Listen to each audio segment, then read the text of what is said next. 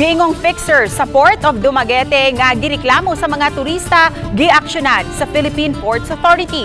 Ani ang report? Giaksyonan na sa Philippine Ports Authority ang reklamo sa mga pasahero sa mga sakyanang pandagat batok sa mga fixer sa pantalan sa Dumaguete City. Suma pa ang mga fixer nag-overcharge sa plitihan sa mga barko o fast craft. Sagad sa mga biktima, mga turista nga mosakay padung sa Siquijor, Bohol ug Mindanao nga moagi sa pantalan sa Dumaguete. Ang ilang modus, mao nga patuhuon ang mga pasahero nga fully book na ang mga barko ug ang katong gustong mosakay taniyagan og mahal nga pliti.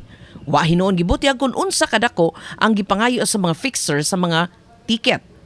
Nakadawat ang GMA Regional TV og mga mensahe gikan sa mga concerned citizen nga nangayog tabang aron masumpo ang mga fixer sa pantalan.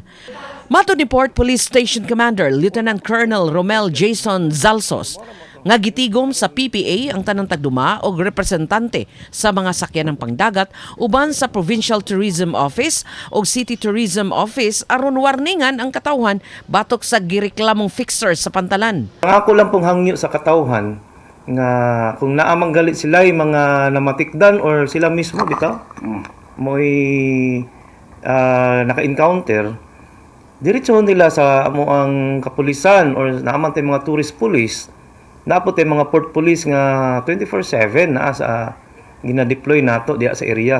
Apan giklaro sa PPA nga wa sila makadawat og formal nga reklamo gikan sa mga biktima sa gingong fixers. Sa pagkakaron gawas sa police visibility sa mga ticketing booth, gipahimangnuan ang mga pasahero matag karon ug unya nga likayan ang mga fixer. Apelar usab sa Port Police sa mga pasahero sa pantalan sa Dumaguete nga adto lang mulukat og ticket sa ticketing booth og dili kang bisan kinsa nga moduol o magpakaron ingnon nga kawani sa ticketing booth.